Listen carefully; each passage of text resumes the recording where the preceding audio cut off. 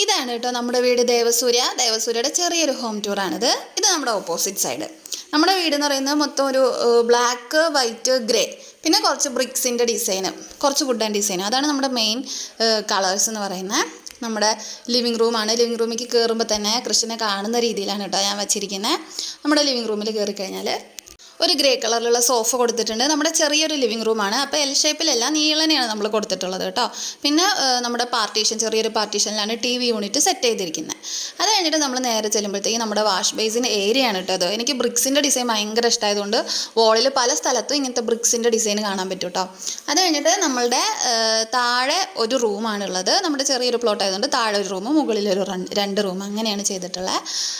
അവിടെ നമ്മൾ കബോർഡ് മൊത്തം നമ്മൾ തേക്കിൻ്റെ മൈക്ക ഡിസൈനാണ് കേട്ടോ ചെയ്തിട്ടുള്ളത്. അത് കഴിഞ്ഞിട്ട് നമ്മുടെ ചെറിയൊരു ബ്രേക്ക്ഫാസ്റ്റ് കൗണ്ടർ.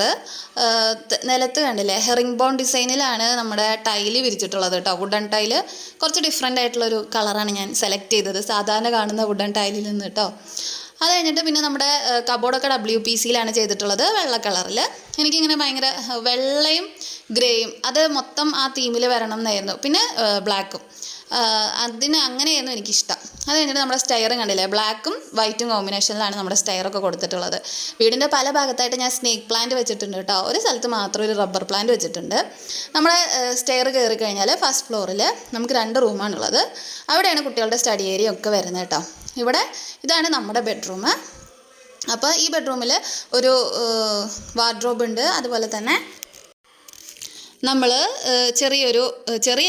ഒരു ഫുൾ സൈസ് മിറർ കൊടുത്തിട്ടുണ്ട് കേട്ടോ. മിററും പിന്നെ അതിൻ്റെ തൊട്ടടുത്തൊരു ചെറിയ കബോർഡ്, എൻ്റെ മേക്കപ്പ് സാധനങ്ങൾ എന്തെങ്കിലും ചെറുതൊക്കെ വെക്കാനായിട്ട്. ഇവിടെ 2 റൂമിൻ്റെ ഇടയിൽ ചെറിയൊരു ഗ്യാപ്പ് കിട്ടി. അപ്പോൾ നമ്മളതൊരു അയണിങ് സ്പേസ് ആക്കി കേട്ടോ.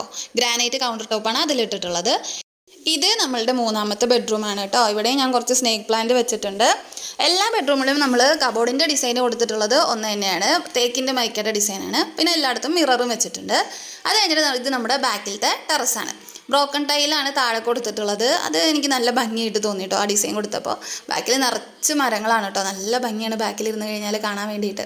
പിന്നെ നമ്മുടെ മുകളിൽ ലിവിങ് റൂമിലാണ് കുട്ടികൾക്ക് വേണ്ടിയിട്ട് ഒരു സ്റ്റഡി ഏരിയ, ചെറുതായിട്ട് ഒരു ടേബിളും പിന്നെ ഒരു കബോർഡും കൊടുത്തിട്ടുണ്ട്.